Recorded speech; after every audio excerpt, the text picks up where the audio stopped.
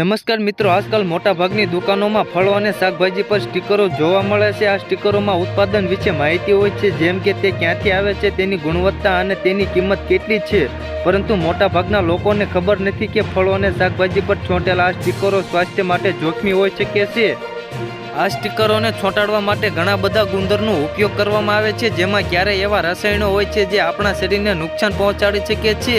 મોટાભાગના લોકો આ સ્ટીકરોને હટાવીને ફળો અને શાકભાજી ખાય છે, પરંતુ તેઓ જાણતા નથી કે સ્ટીકરોનો અમુક ભાગ ફળની સપાટી પર રહે છે. વિશ્વના અન્ય દેશોમાં ફળો અને શાકભાજી પર સ્ટીકરો લગાવવામાં આવે છે, જેથી તેના વિશેની માહિતી મળી શકે, જેમ કે તે ક્યાંથી આવે છે, તેની ગુણવત્તા શું છે અને તેની કિંમત શું છે. આ સ્ટીકર્સ પર એક કોડ પણ છે જે બતાવે છે કે તે કયું ફળ છે, શાકભાજી છે, પરંતુ આ સ્ટીકરો લગાવવા જરૂરી નથી. ભારતમાં મોટાભાગના દુકાનદારો પોતાના ફાયદા માટે સ્ટીકરો લગાવે છે. તેઓ તેમના સામાન પર સ્ટીકરો ચોંટાડી દે છે, જેથી કરીને તેઓ સારા દેખાય અને તેના પરના ખરાબ દાગો છુપાવે.